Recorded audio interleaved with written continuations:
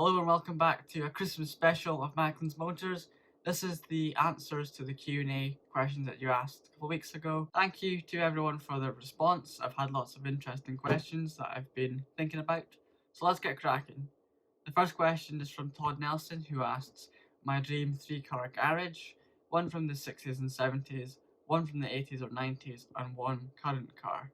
This was quite a difficult one because I like all decades. It was trying to choose one was a wee bit tricky, but I've come up with them.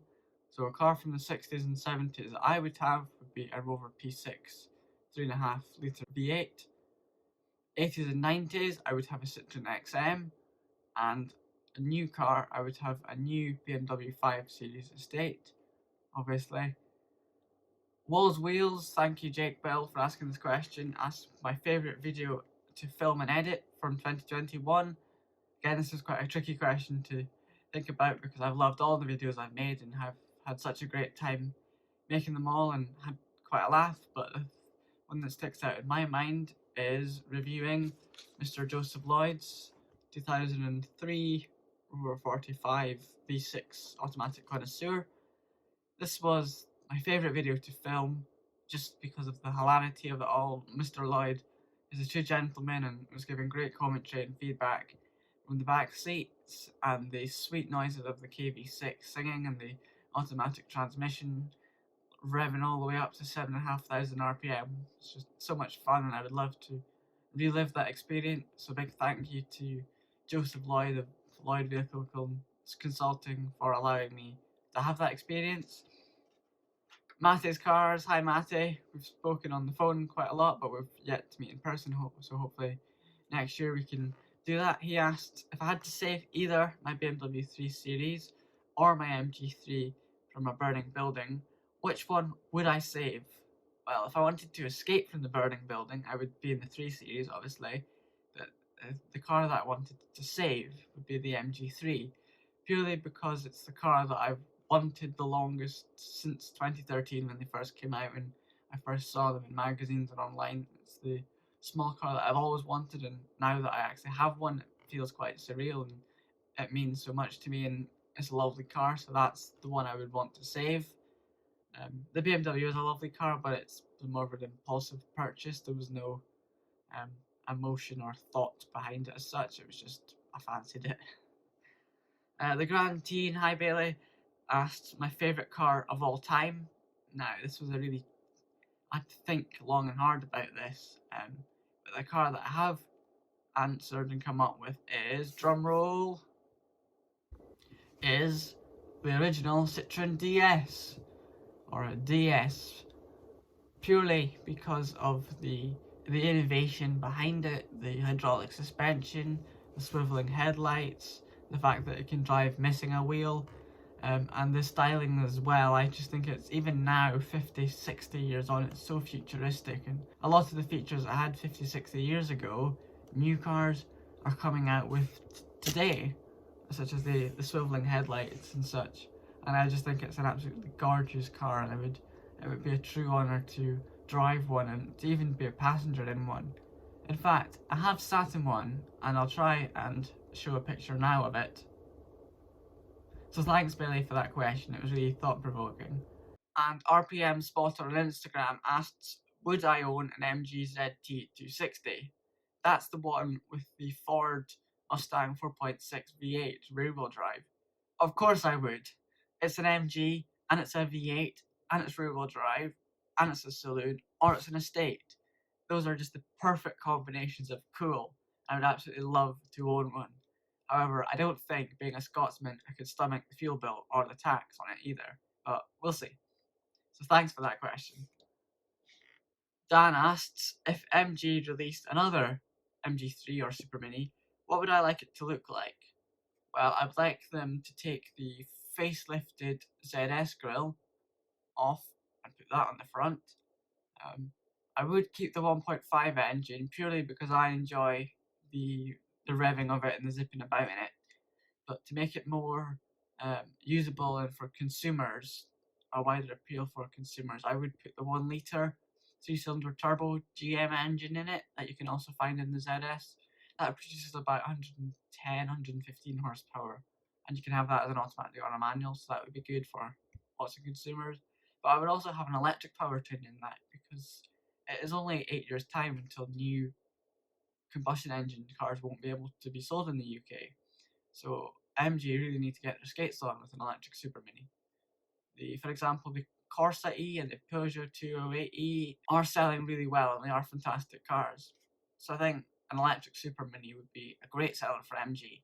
Mr. Tom Green, also known as Green's Machines on Instagram, he's a great friend, thank you Tom, asked, what is my favourite Blue Metro with a 1.1 engine? Well, I didn't have to think long about this one.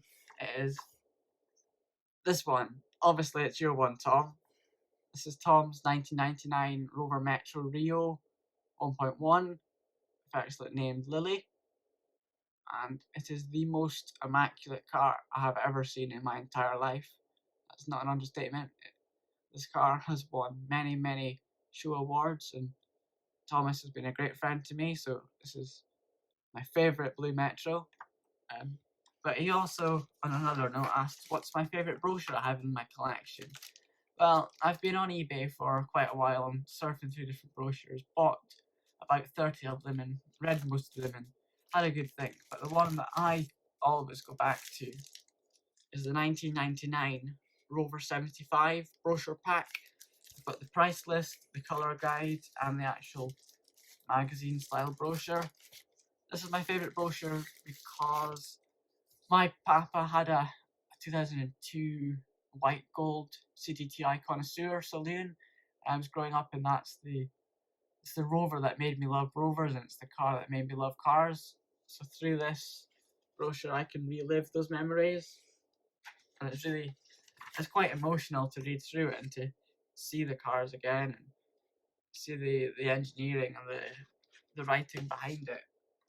I just think some of the pictures in it are just fantastic. And the Rover 75 is a car I've always wanted since I was a baby, and I'm determined to own at some point soon. So yeah, this brochure means quite a lot to me. And this is the Design Your Own 75 part of the book. So again, you've got all the different ticky boxes for all the options and what goes with what, and you've got all the technical specifications. The colour guide is interesting as well, and all the different shades. The one my papa had was white gold. If you want to see a full overview of this brochure pack, my friend Daniel Actorhouse, known as Daniel Drives on YouTube, has it covered, this very brochure pack. So head over to his channel and you can scroll through and find that if you want to read the whole brochure. Thank you for that. Scottish Car Enthusiast and Trends TV, hi Davey, asked what was my favourite car show I attended in 2021.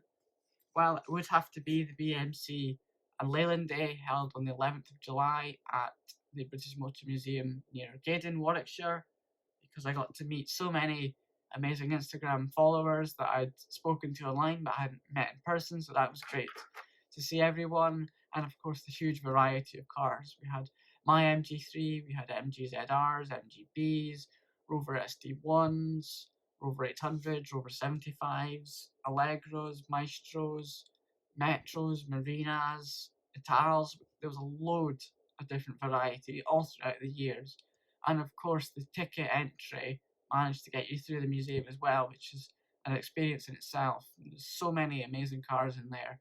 There's the very first production Mini, AOK 621, I think it is, next to the very first production Land Rover, Huey 166. They're both together, so I've got a picture of that.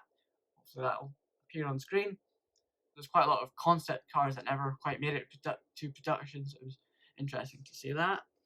One car I did get to meet and drive was this 2005 Rover 45 hatchback Club SC 1.4, owned by my good friend Ashley.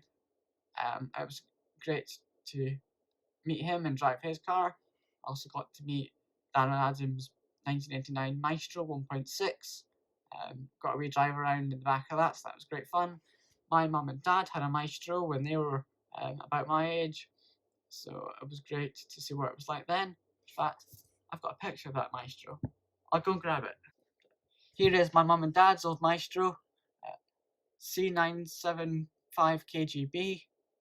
They bought it out of a newspaper in Glasgow for a few hundred quid when it was a couple of years old, and they absolutely loved it, and it served them very well. And they still, to this day, speak very fondly of that car 30 years on. So again, it just proves how good the Maestro is. It was great to be with one of those, and the obligatory shot showing my Mg3 and the Maestro together. There really wasn't much size difference in them.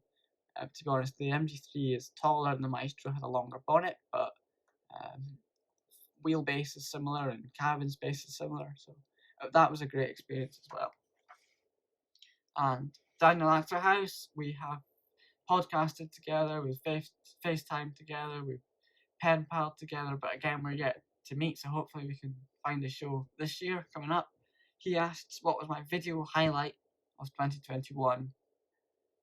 Again, this is a really tricky question because I've done a lot of things, but the one that sticks out to me was having the Cupra Fermentor plug-in hybrid on loan from Cupra for a week. That was great for them to offer the car to us as a sort of motoring journalist type view, but also the MGTF driving video. Thanks to Tom Bailey for that.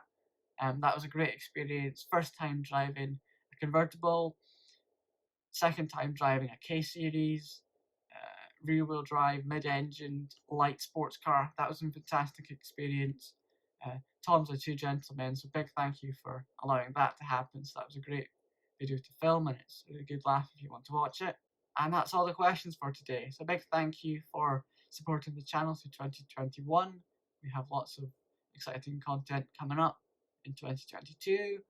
My 3 Series is going to get a service. My Papa's Sandero will get a service. The Evoque's going to get a valet. The Fiesta really needs a valet. We're going to be having a look at another Market Fiesta soon, hopefully, and also a Corsa D as well, hopefully. Again, that's one car that I have not driven yet, but I've got a friend with one of those hoping to loan me that, so you should see that in the next couple of weeks and months. So again, a big thank you for supporting the channel. Hope you've enjoyed this a little bit different Q&A, Christmas themed with the hat. So I'll see you next time. Have a really good Merry Christmas with your family and a Happy New Year when it comes. And if I don't see you before then, take care and thank you for supporting Mackland's Motors. Merry Christmas.